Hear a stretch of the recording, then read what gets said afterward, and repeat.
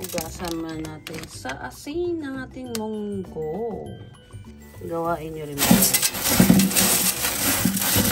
Daw sa asin ang munggo.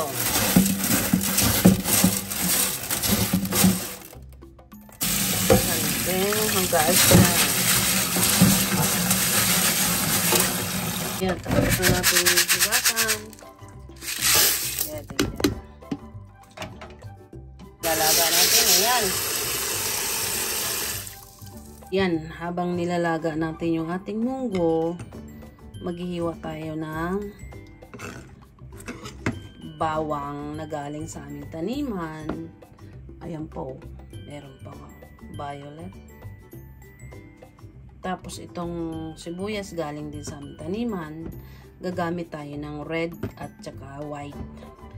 Tapos hihiwain muna natin, no?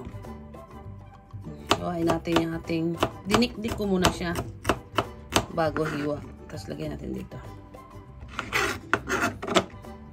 Para meron tayong pang premiere dye sa ating YouTube. Ayan, hiwain natin ito. Malilit lang po. Kahit anong hiwa ang gawin ninyo. Na.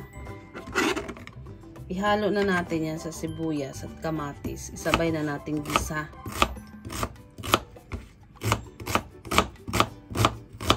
Ayan. Yun. Kasi iba, inaano diba, inuuna yung bawang. Nasa sa inyo naman kung anong unahin ninyo. Sibuyas ba? Bawang ba? It's up to you. Ay, English. Diyos ko tayo, naiyak na. Tapos itong kamatis natin, no? Ito, kamatis ay tinanggalan ko na. Binili ko lang ito, piso. Tanggalan po natin ito ng buto. Kasi yung kamatis namin sa taniman, hindi pa hinog. Kasi wala man kaming vinyl house. Ayan, tanggalan natin ito ng hindi natin isasali ang buto. No. Nasa sa inyo naman kung gusto nyo isali. Ayan. Tanggalan muna natin. Ayan, sinala ko. Wala na yung kanyang mga buto. Tapos hiwain natin ito. No. Kumari tanggalin nyo, no? Pero nasa sa inyo iyan. Meron pang buto. Pero mas maganda kasi tinatanggal ang buto, mga kamami dyan. Ayan, tapos natin hiwain ng kamatis na nating sibuyas. Nasa ilalim yung bawang. Sasabay ko na ng gisa yan. And then, meron tayong ditong hipon. Ang gagawin natin sa hipon, tatanggalin po natin yung pinaka ano niya. Wait ha. Tapos itong hipon, yan, dito, tanggalin nyo na lang. Tanggal man yan na yan. Diba? Dali lang talaga siya. Ganun nyo lang. Tatanggal daw. Oh, ang haba niya, no? Need nyo talagang tanggalin. Kasi syempre kinakain natin iyan. Wala na. Oh. Yan, malinis na siya. May nabili akong talong na yan, 198 yen. Bali, 100 pesos din yan. Kasi yung aming talong is wala pa. Hindi pa namumunga. And then, hugasan natin. Ito ay ikakat natin. And then, ito ay ipiprito natin. ihalo natin ito sa ating gulay na munggo. Cut-cut lang mga Inday. Nasa sa inyo na kung gaano kalaki ang inyong gagawin. Ayan. Yan, iprito natin yung talong.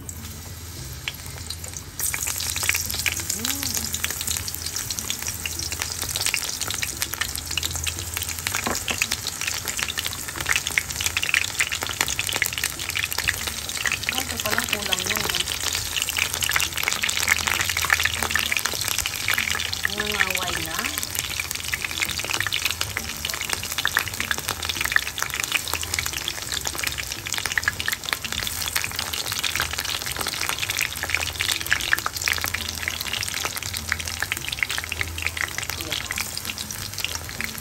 Dito kasi nakikita yung aking camera nakaharang. Ito rin na natin. Nakasip-sip ko siya na. Oh no.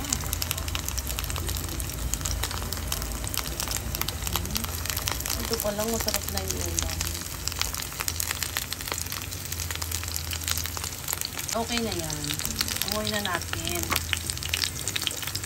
Yan, dito ilagay ang ating mga naparitong talong. Okay na yung ganyan. No. So, ipiprito muna natin.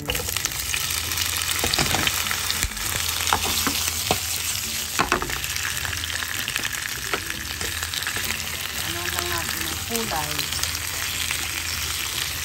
Para hindi sa ganong lumambot mamaya pag-prito natin. Munggo. Ayan, tumukulo pa lang. Pinang asin at saka pepper. Kunti lang. Kasi nakaset na siya yan. Agos siya po siya. Okay na yan. Set aside muna natin. Yun. Diyan mo natin lagay. Ngayon, pinagprituhan na yan. Yan, lalagyan natin ng butter. Diyan tayo magigisa. Yan. Smile. Nilagyan natin ng butter. Tunawin lang natin. And then, yan. Haluan natin. Ay! Bakit natapon? Olive oil. Yun. Then, ilagay natin yung ating iniwang onions at saka yung garlic. Nagaling sa aming garden.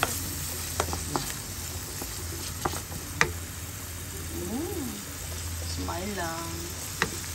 Sa inyo naman kung hindi nyo ipagsabay yung bawang at saka sibuyas, no? Kasi may nauuna minsan sibuyas, may nauna bawang. Ako talaga inuuna ko sibuyas, kaya lang ito ngayon pinagsabay ko na lang siya.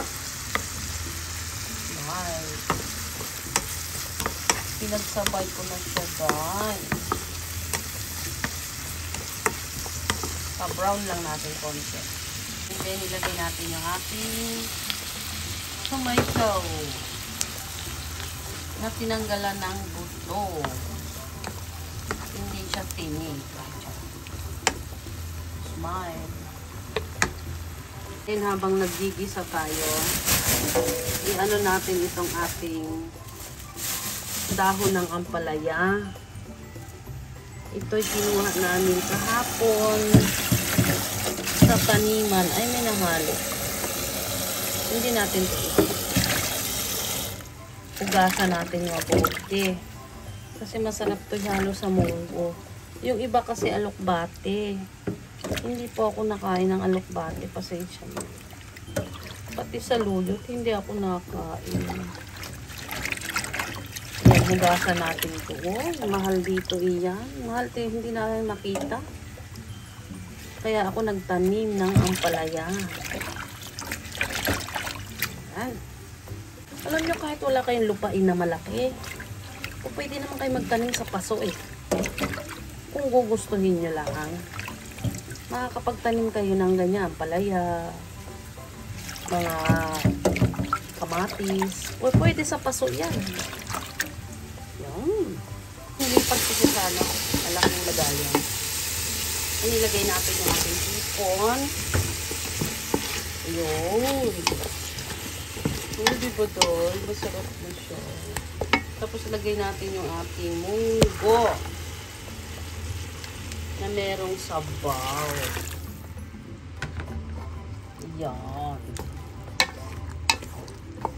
O, diba? Ilagay natin yung ating piniritong talong kanina. And then, haluin. Ayan. Takpan muna natin sandali. Ayan. Ayan, lalagyan natin ating seasoning. Bahala na kayo, gumamit kayo ng magic sarap. Pero mas, maganda dito, alam mo, patis. Ayan. Lagyan natin ano. Bahala na kayo, maglagay kayo ng betchin o ano, sa inyo na po yan ha. Kuluin lang natin, tapos ilagay natin yung ating ampalaya. Kulo na. Lagay na natin yung ating dahon. Kung sinabing dahon lang. Dahon ng ampalaya from my taniman. Tapos takpan natin ulit. Yan na. Oh, nilagyan ko siya ng ano, Himalayan salt konti. Yan, ready to eat na yan. Kain na tayo. Yan na yung aking nuluto. Munggo.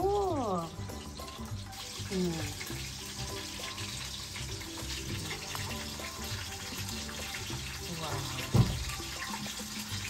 Ganda. Oh.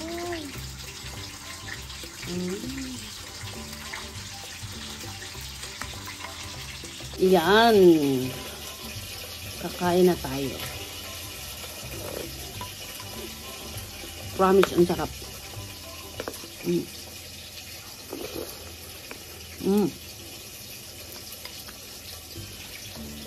Ang sarap.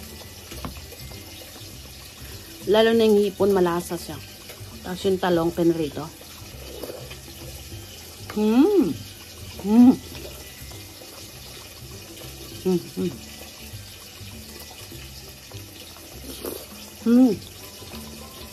Ang sarap.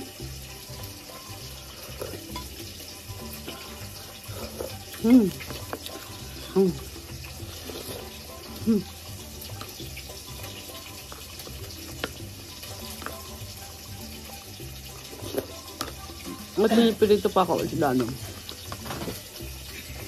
Ayun to, hipon. Masarap to kasi may ulo. Wala ng ulo. Ito, tinanggal na yung ulo nila, eh.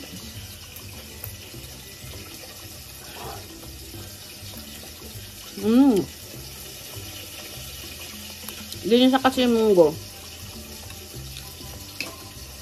Hindi siya durog, wala.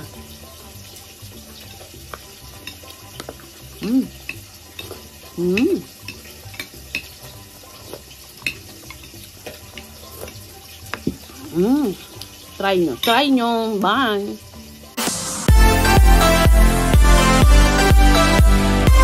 Mommy Val Shadow Vlog. Thank you for watching.